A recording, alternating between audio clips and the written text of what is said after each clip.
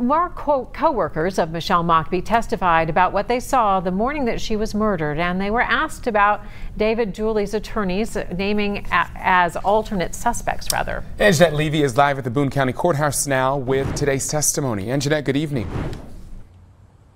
Good evening, Kyle. You know, today's testimony really focused on what people were doing the morning that Michelle Mockbee was murdered, what they saw, and how David Dooley was acting.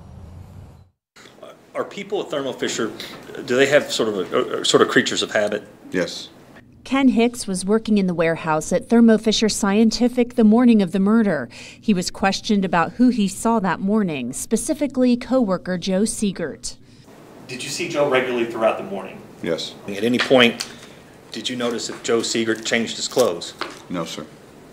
David Dooley's attorneys have suggested Siegert and Michelle Mockbee's husband could have killed her. Hicks said he never saw anything amiss between Dan and Michelle Mockbee. He also testified about a conversation he had with David Dooley the morning of the murder about a bloodstain in the office area. And what was it that he said to you?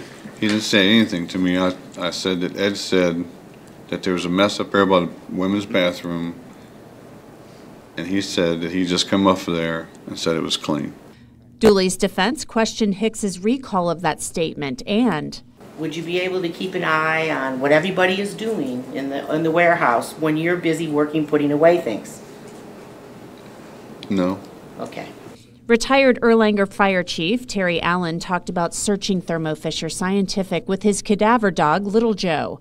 Allen said the dog wanted to go to the mezzanine area where Mockbee's body was found, but didn't alert on anything else in the warehouse. But he did show an interest in the back of Dan Mockbee's van, where Mockbee testified he'd had steaks for a cookout. He never did want to come out, but he was looking for something, but he wasn't alerting on it. Okay, when you say alerting, is that the same thing as a trained indication? Yes, he wasn't throwing his paw down, his tail up, and staring at me. Now, other employees testified today about David Dooley's demeanor that morning. One woman said he appeared upset as he was watching the doors as his boss was making the 911 call. Another woman said he became agitated at one point. And the maintenance supervisor testified that a yellow screwdriver that was later found in Dooley's janitor's closet was actually missing from his tool set, but the defense questioned when that photograph of the screwdriver was actually taken inside the janitor's closet. Reporting live at the Boone County Courthouse, Angenette Levy, Local 12 News. Kyle, back to you. All right, Angenette, thank you so much for that live report this evening. Testimony will resume Monday morning, and Angenette will be there to cover